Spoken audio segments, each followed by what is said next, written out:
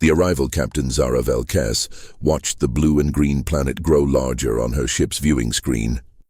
Earth, home to the species called humans. After 3 years of traveling through space, her peaceful mission was finally about to begin. "Captain," said Officer Nix from his station, "we're getting signals from the planet." "They know we're here," Zara smiled. Her people, the Kalari, had been watching Earth for decades. They knew humans were smart and curious. The Kalari Council had chosen her to make first contact because she was known for being calm and friendly. "Send the peace message," Zara ordered. "Let them know we come in friendship." The Kalari ship was beautiful. It looked like a giant silver leaf floating through space. Inside, soft lights glowed blue and green. Everything was designed to feel peaceful and safe. The Kalari had spent years preparing for this moment. They wanted humans to trust them. On Earth, people were going crazy with excitement. News channels showed the alien ship on every screen. Scientists worked day and night to understand the alien language. World leaders held emergency meetings. "The aliens are sending us something," said Dr. Sarah Chen, Earth's top language expert. She sat in a room full of computers and screens. It's a peace message. They want to meet us." President Martinez of the United Earth Council looked at the translated message. "Welcome, people of Earth. We are the Kalari. We come with open hearts and empty hands. We wish to learn about your people and share knowledge. May we meet in peace." The message was simple and kind. It made people feel hopeful. This was the moment humans had dreamed about for hundreds of years. "Send a reply," President Martinez said. "Tell them we welcome them." 3 days later, a small Kalari shuttle landed in a field outside New York City. The whole world watched on TV as Captain Zara stepped out. She was tall and thin, with pale blue skin and large, gentle eyes. She wore simple white robes and carried no weapons. "Greetings, people of Earth," Zara said in perfect English. Her voice was soft and musical. "I am Captain Zara. I come in peace." The human welcome team was led by Ambassador James Wright. He was nervous but excited. "Welcome to Earth, Captain Zara. We are honored to meet you." For the next month, everything went perfectly. Zara met with world leaders. She shared stories about Kalari culture. The Kalari loved art, music, and science. They had no armies and no wars. Their whole society was built around peace and learning. "Your species is wonderful," Zara told a group of human scientists. "We have so much to learn from each other." The humans felt the same way. The Kalari had technology that could help solve Earth's biggest problems. They had clean energy, medicine that could cure diseases, and ways to grow food in space. In return, humans showed them music, movies, and art. The Kalari were amazed by human creativity. "We would like to invite some of your people to visit our homeworld," Zara said during a TV interview. "And perhaps some of you would like to see the galaxy with us." Everything seemed perfect. The first contact was going better than anyone had hoped. Humans and Kalari were becoming friends. Plans were made for trade agreements and shared research projects, but something was wrong. Late at night, in a secret military base hidden underground, General Patricia Stone watched different screens. These weren't showing the friendly meetings with Captain Zara. They showed deep space, where powerful telescopes searched the darkness. "Ma'am," said Lieutenant Adams, "we're getting some strange readings from the edge of the solar system." General Stone had gray hair and hard eyes.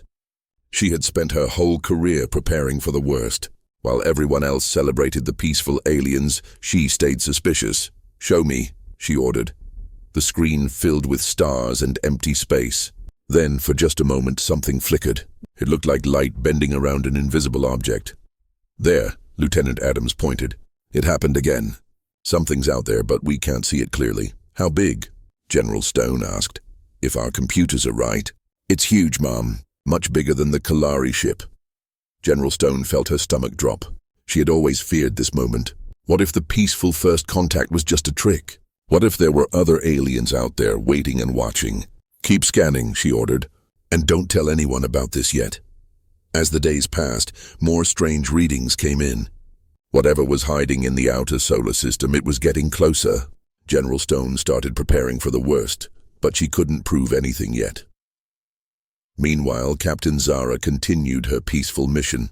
She had no idea that her people's greatest enemies had followed her to Earth. The Terrans had been hunting the Kalari for years. They were warriors who believed the galaxy belonged to the strong, and now they had found the perfect opportunity to strike. But the humans didn't know any of this yet. They only saw the friendly Captain Zara and her peaceful crew. They had no idea that their new friendship was about to drag them into a war between the stars. The peaceful first contact was about to become something much more dangerous, hidden. Threats 3 weeks into the peaceful contact. Dr. Sarah Chen noticed something odd. She was working late in her lab, studying the Kalari language, when she found a strange pattern in their communications. "That's weird," she whispered to herself, staring at her computer screen. Every few hours, Captain Zara's ship sent out a quick signal into space. The signals were hidden inside normal communications, like a secret code. Dr. Chen had only found them because she was looking at everything very carefully. She ran the signals through her computer programs, trying to understand what they meant. After hours of work, she found something that made her heart race. Warning, safe for now. Watching. Be ready. Oh no, Dr. Chen breathed. She grabbed her phone and called General Stone. Meanwhile, Captain Zara stood on the observation deck of her ship, looking down at Earth. She looked calm and peaceful, but inside, she was very worried. Her people had sensors that could detect any ship within light years of Earth. And those sensors were showing something terrible. "Captain," Officer Nix approached quietly. "The Terran ship is still there. It's getting closer." Zara closed her eyes. "How long do we have?" "Maybe 2 days, maybe less. They're using advanced cloaking technology. I can barely detect them." The Terrans were the Kalari's greatest fear. While the Kalari had spent thousands of years building a peaceful society, the Terrans had become warriors. They believed that only the strong should survive. They conquered other species and took their worlds. "Have you told the humans?" Nix asked. "Not yet," Zara said sadly. "How do I explain that we've brought war to their peaceful planet? They trusted us." Back on Earth, General Stone was racing through underground tunnels beneath the Pentagon. Dr. Chen had called her with the decoded messages, and now everything made sense. "Sir," General Stone burst into the emergency command room where top military leaders were meeting. "We have a problem." She quickly explained about the hidden signals and the invisible ship in their solar system. "Are you saying the Kalari are lying to us?" asked Admiral Ross. "Not exactly," General Stone replied. "I think they're in trouble, and now we might be too." President Martinez was called to the meeting. When he heard the news, his face went pale. "Should we arrest Captain Zara?" someone suggested. "No," said Dr. Chen, who had joined the meeting. "The messages sound like warnings, not threats. I think she's trying to protect us." "From what?" President Martinez asked. "From whoever's hiding in that invisible ship." High above Earth, Captain Zara made a difficult decision. She couldn't keep the truth from humans any longer. If the Terrans were coming, Earth needed to know. She asked for an emergency meeting with world leaders. Within hours, she stood before the United Earth Council, looking sadder than anyone had ever seen her. "My friends," she began, "I must tell you something that will change everything. We are not the only aliens who know about your world." The room went silent. "There is another species called the Terrans. They are very different from us. Where we seek peace, they bring war. Where we offer friendship, they take slaves." President Martinez leaned forward. "Are you saying they're here?" Zara nodded slowly. "They followed us. Right now, a Terran warship is hiding somewhere near your planet. They're watching and waiting." "Waiting for what?" Dr. Chen asked. "For the right moment to attack. The Terrans have been hunting my people for generations. They want to destroy us and take our technology. When they saw we had made contact with you, they saw an opportunity." General Stone stepped forward. "We know about the ship. Our sensors detected something hiding in the outer solar system." Zara looked surprised. "Your technology is more advanced than we thought." That's actually good news." "How is this good news?" Admiral Ross demanded. "You've brought war to our planet." "Because," Zara said, "if you can detect them, you might be able to fight them. The Terrans think humans are primitive. They're not expecting resistance." President Martinez stood up. "Captain Zara, I need to know everything. How dangerous are these Terrans? What do they want? And how do we stop them?" Zara took a deep breath. "The Terrans are ruled by someone called the War Commander. His name is Krell, and he's the most dangerous being I've ever heard of. He has destroyed dozens of worlds and enslaved entire species. She activated a holographic display showing a massive black ship covered in weapons. This is a Terran dreadnought. It carries enough firepower to destroy your largest cities in seconds. But they don't want to destroy Earth, they want to capture it. Why? Dr. Chen asked. Because Earth is perfect. Good air, good water, and a species that's smart but not too advanced.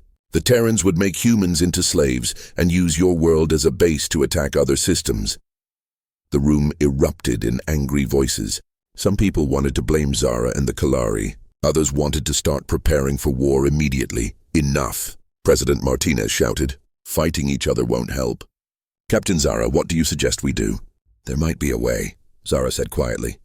The Terrans think they have the advantage of surprise. But if we work together, if we combine human creativity with Kalari technology, we might be able to turn the tables. You want us to fight alongside you? General Stone asked. I want us to survive together. Because if the Terrans win here, they'll have a base to attack the rest of the galaxy. This isn't just about Earth anymore. It's about everyone. Suddenly, all the lights in the room flickered. Emergency alarms started blaring throughout the building. What's happening? Someone shouted. A technician ran into the room. Sir, the invisible ship. It's moving. It's coming toward Earth. Through the windows, they could see people in the streets looking up at the sky in confusion. Something was happening up there, something that would change everything. They're not waiting anymore, Zara whispered. Krell is making his move. High above Earth, the Terran dreadnought slowly began to drop its cloaking shield. Soon, the whole world would see the massive black warship hanging in their sky like a dark storm cloud. The peaceful first contact was over. The war was about to begin. The War Commander reveals himself. The massive Terran warship materialized in Earth's sky like a nightmare made real. It was 3 times larger than the biggest human aircraft carrier, covered in dark metal that seemed to swallow light. Weapon ports lined its hull like the eyes of some giant predator. Across the world, people stopped what they were doing and stared up in terror. The peaceful silver ship they had welcomed was still there, but now it looked tiny next to the black monster floating above them.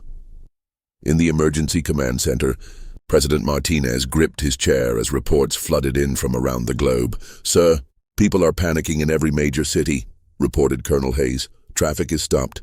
Emergency services are overwhelmed. Can we contact the ship? Martinez asked. Before anyone could answer, every screen in the room flickered. The face that appeared made everyone take a step back. War Commander Krell looked exactly like what nightmares were made of. His face was covered in scars, with cold black eyes that seemed to look right through people. When he smiled, it showed teeth that had been sharpened to points. Greetings, humans of Earth.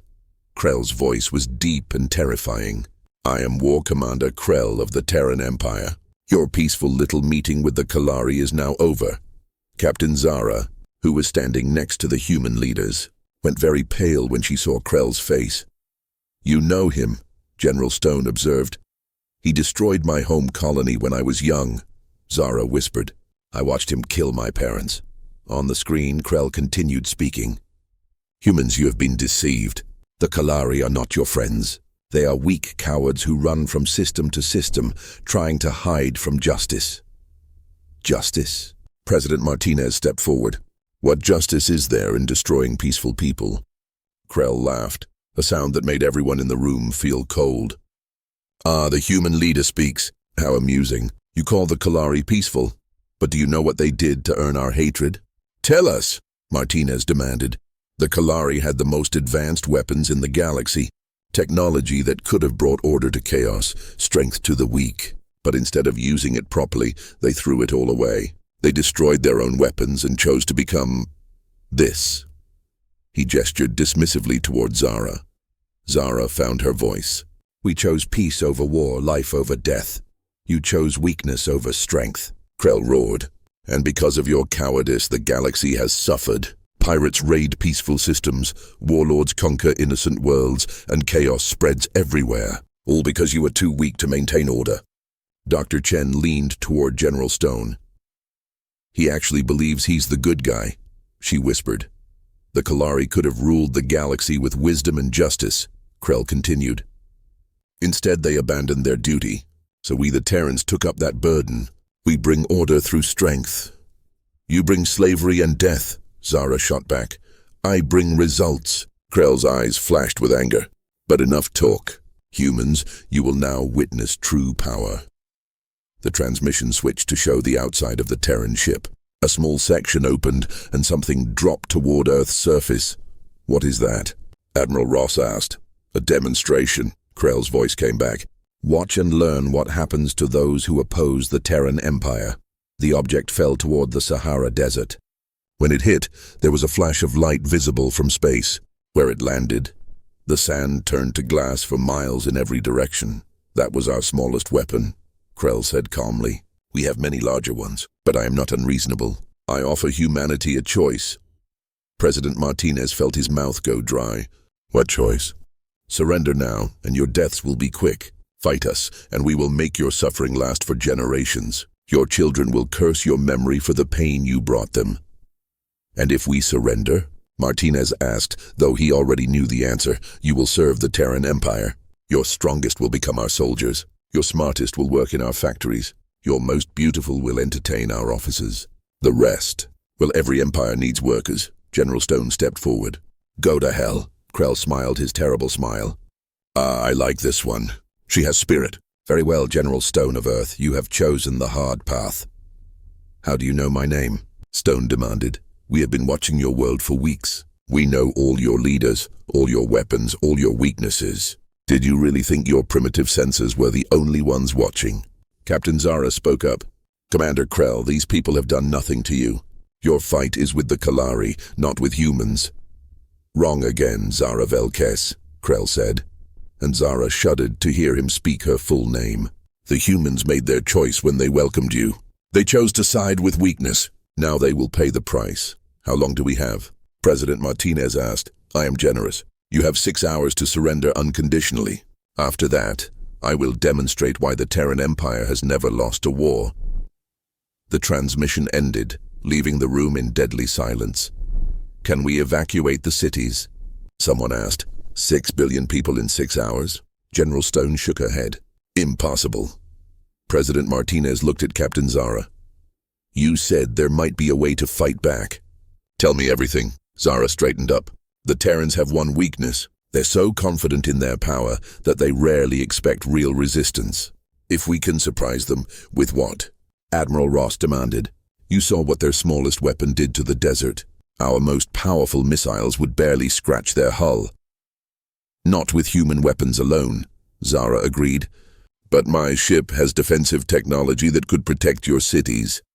And the Kalari have one secret that even Krell doesn't know about. What secret? Dr. Chen asked. Zara hesitated. When my people gave up weapons of war, we didn't destroy everything. We hid one ship. One very special ship. General Stone leaned forward. What kind of ship? The kind that was built to hunt Terran dreadnoughts, Zara said quietly. But there's a problem. It's on the far side of the galaxy, and the only person who knows how to find it is me. So we're back where we started, Martinez said bitterly. Not exactly, Zara replied. I can't reach the ship in time, but I can do something else. I can send out a signal that will bring help. Other species have been waiting for someone to stand up to the Terrans. How long would that take? Stone asked. Too long to save Earth, but maybe long enough to save the galaxy. Outside, the Terran dreadnought hung in the sky like a promise of doom. Across the world, humans looked up and wondered if these were their last hours of freedom. But in the command center, a desperate plan was beginning to form. General Stone, President Martinez said, prepare every defense we have. If we're going to die, we'll make them remember us. Captain Zara, he continued, send your signal. Even if we fall, maybe others won't have to.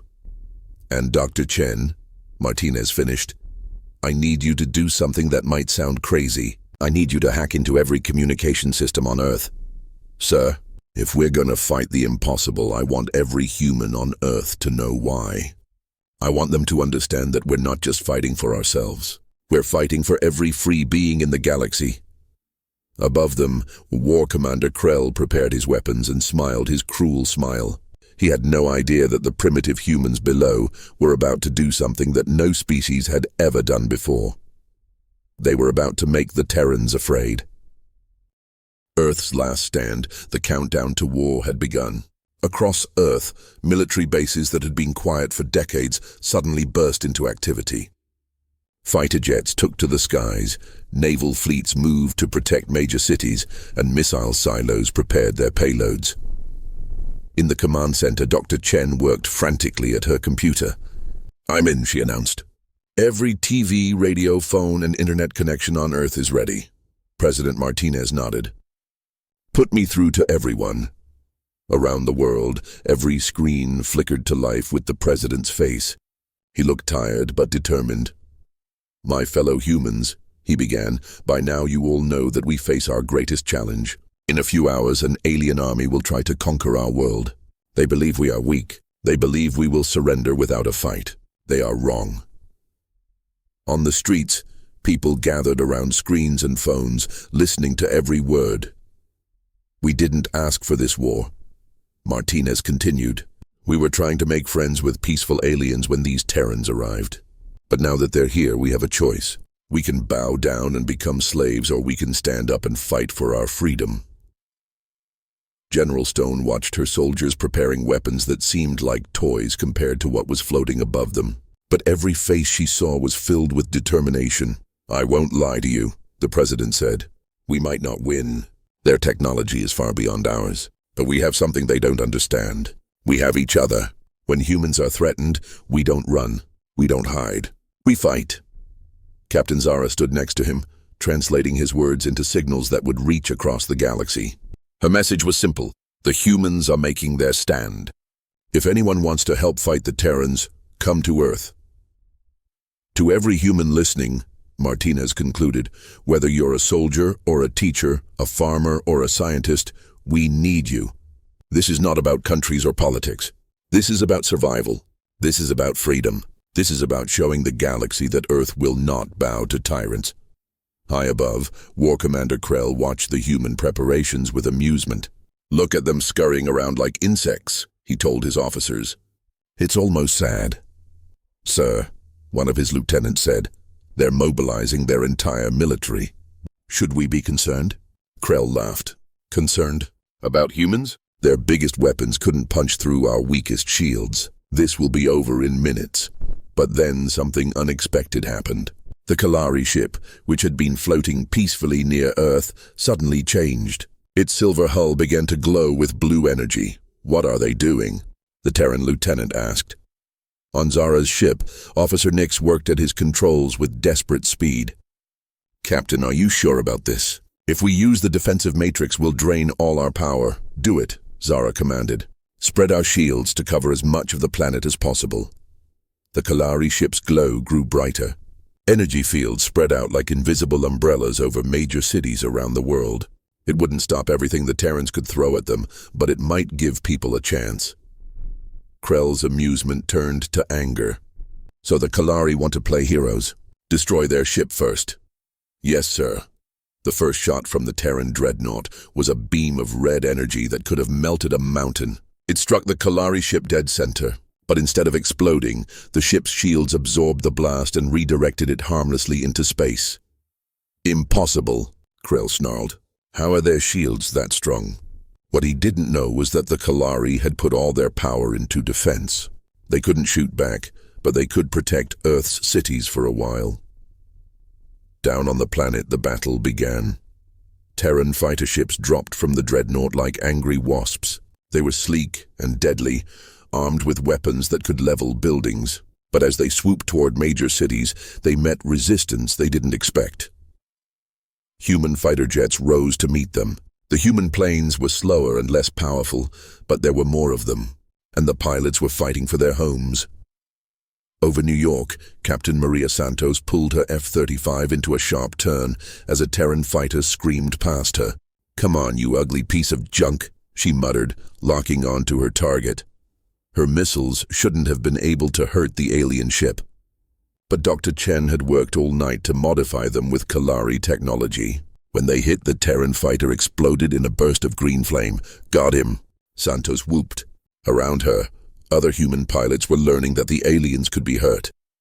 But the Terrans learned quickly too. Within minutes, they changed their tactics. Instead of fighting the human aircraft directly, they started targeting the cities below. Energy beams rained down from the sky. Most were stopped by the Kalari shields, but some got through. Buildings exploded, fires started, and people ran for shelter.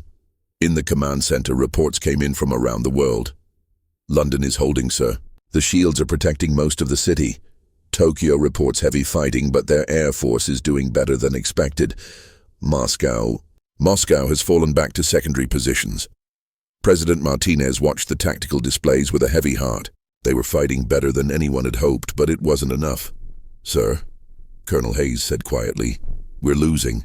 The Terrans are just too strong. That's when Dr. Chen looked up from her computer with wide eyes.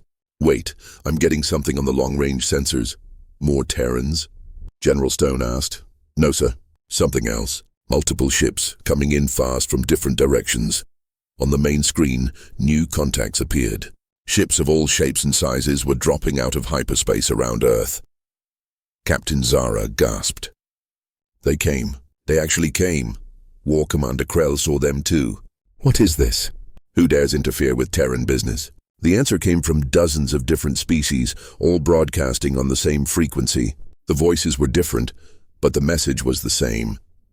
This is the Free Coalition. We stand with Earth. A sleek ship with blue hull markings shot past the Terran dreadnought, firing precise shots that disabled 2 fighter squadrons. Behind it came a massive vessel that looked like a crystal cathedral, its weapons turning Terran ships to dust. The Altarians, Zara said excitedly, and the Centauri League. Even the Void Hunters are here. More ships kept arriving.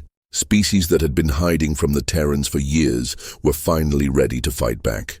Earth's desperate stand had given them courage. Krell's face appeared on every screen again, but now he looked worried instead of confident. This changes nothing. I have more ships coming. Soon you will all burn together. But President Martinez stepped forward with a smile. You know what, Krell? You're right about one thing. We are going to burn. But we're going to burn so bright that the whole galaxy will see it. And when they do, they'll know that freedom is worth fighting for. The space battle that followed would be remembered for thousands of years. Ships of dozens of species fought side by side against the Terran Empire. Human pilots flew alongside alien warriors they had never seen before, united by a single goal, stopping the Terrans. But War Commander Krell had one more surprise. As the battle raged around him, he prepared his secret weapon, something so terrible that even his own officers looked afraid. Sir, one of them whispered, if we use the planet cracker, there won't be anything left to conquer. Krell's eyes burned with rage.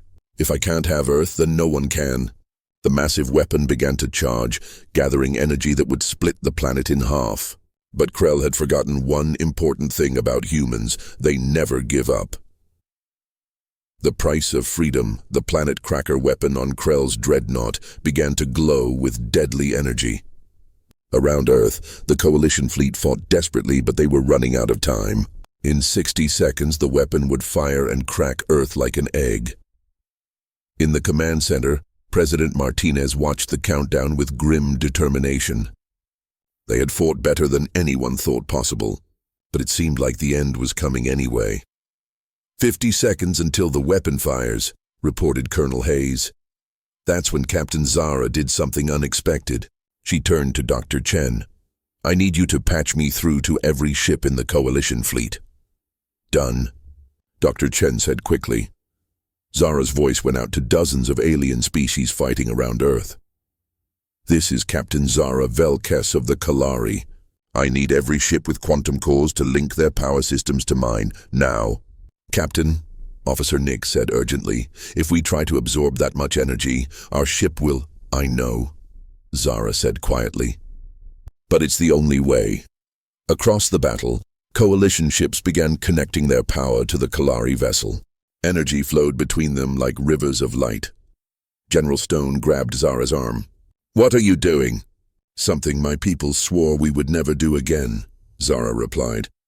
We're going to fight fire with fire. War Commander Krell laughed as his weapon reached full charge. 30 seconds, humans. Say goodbye to your precious world. But then something impossible happened. The small Kalari ship began to grow brighter and brighter. Energy from dozens of ships flowed into it, until it blazed like a small star. What are they doing? Krell demanded. His weapons officer's face went pale. Sir, the Kalari ship is charging some kind of weapon. The energy readings they're impossible. For the first time in years, War Commander Krell felt afraid. Zara's ship had become something it was never meant to be. The peaceful exploration vessel now carried the combined power of an entire fleet. Ancient weapon systems that had been locked away for thousands of years came back to life. 10 seconds until Planet Cracker fires, someone shouted. Zara closed her eyes and whispered an ancient Kalari prayer. Then she pressed the fire button. The beam that shot from her ship was pure white light. It cut through space like a sword made of starfire and struck the Terran dreadnought exactly where the Planet Cracker weapon was charging. The explosion was visible from Mars. When the light faded, Krell's mighty dreadnought was broken in half. The Planet Cracker weapon was gone, and the ship was falling toward Earth's atmosphere like a dying comet. But the victory came at a terrible price. Captain Zara's ship was dying. The massive energy discharge had burned out every system. The beautiful silver vessel that had brought peace to Earth was now dark and cold. Zara, President Martinez called out, as emergency alerts filled the command center. On the screen, they could see the Kalari ship beginning to break apart. But Zara's face appeared one more time, calm and peaceful, even as her world fell apart around her. "It's okay," she said softly. "We did what we came to do. We made friends with humanity, and together we showed the galaxy that freedom is worth any price. We're sending rescue ships," Martinez said desperately. Zara smiled. "Save them for the people who need them more. My ship is gone, but the Coalition fleet is still fighting. Help them finish what we started." Around Earth, the battle was turning. Without Krell's command ship, the Terran forces were confused and scared.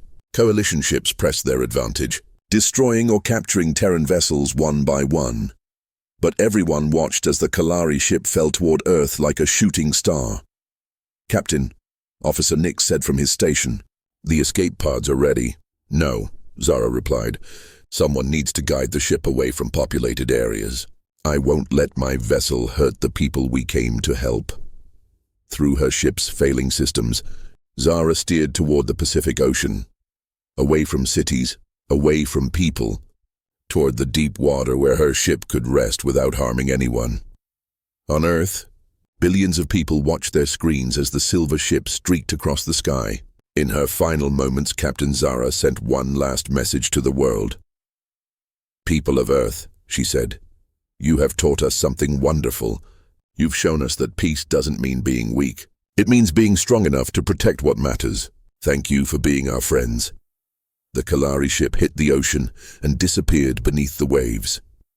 For a moment, the whole world was silent. Then, something amazing happened. All around the globe, people came out of their shelters. They looked up at the sky where the Coalition fleet was finishing off the last Terran ships, and they began to cheer. In the command center, President Martinez wiped tears from his eyes. "She saved us all." "Sir," Dr. Chen said quietly, "I'm getting reports from around the world. The Terrans are surrendering. The ones who haven't been destroyed are asking for mercy." General Stone looked grim. "After what they tried to do?" "Yes," Martinez said firmly. "We'll give them mercy. That's what makes us different from them. That's what Zara died to protect."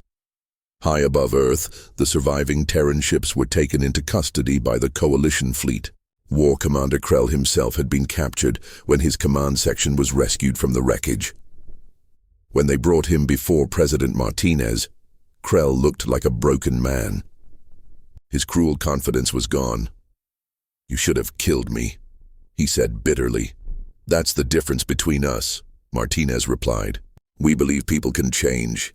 Even you. You're fools," Krell snarled. "There are more Terran fleets out there. They'll come for you." "Let them come," said Admiral Velthon of the Altarian fleet. "Today the galaxy learned that bullies can be beaten. The Free Coalition will be ready." In the weeks that followed, Earth became the center of a new alliance. Species from across the galaxy came to the small blue planet to sign treaties and share technology. The humans who had started as the weakest members of the galactic community became its heart. Captain Zara's sacrifice was remembered with a monument built on every coalition world. But the greatest memorial was the change in the galaxy itself. The Terran Empire, which had seemed unbeatable for so long, began to crumble. Other species saw what had happened at Earth and found the courage to rebel. Terran colonies declared independence. Slave worlds rose up against their masters. Dr. Sarah Chen stood on the beach where Zara's ship had fallen into the ocean. In her hand, she held a small device that the Coalition had given to Earth, a translator that could speak with any species in the galaxy. "We did it," she whispered to the waves. "We're not alone anymore." Behind her, construction crews were building humanity's first starport. Ships from dozens of worlds would soon be arriving with trade goods, technology, and new friends. President Martinez joined her on the beach. "The Coalition Council wants to make Earth the capital of the Free Alliance," he said. "What did you tell them?" "I said we're honored, but we're still learning. Maybe in a few years when we understand the galaxy better." Dr. Chen smiled. "Zara would be proud. We're being careful, but we're not afraid anymore." A year later, human ships began exploring the stars. They carried Zara's message of peace to new worlds. Wherever they went, they remembered the lesson she had taught them. True strength comes from protecting others, not conquering them. The first contact had started peaceful and become a war. But from that war came something beautiful. A galaxy where different species could work together as friends. And in the depths of Earth's ocean, where a silver ship lay at rest, schools of fish swam through the halls where peace had been born and courage had grown. Captain Zara was gone, but her dream lived on in every human who looked up at the stars and saw friends instead of enemies. The war was over. The real adventure was just beginning. War Commander Krell spent his remaining years in a comfortable prison on Earth, where he slowly learned what his victims had always known. That kindness was stronger than cruelty, and that love could defeat hate. Even the most evil heart could change. Given time and hope, and across the galaxy, whenever children asked about the day when everything changed, their parents would tell them about a peaceful alien who came to make friends, and the humans who proved that sometimes the smallest acts of courage can light up the entire universe. The story of first contact would be told for thousands of years, but it would always end the same way. And they all lived free among the stars. The end.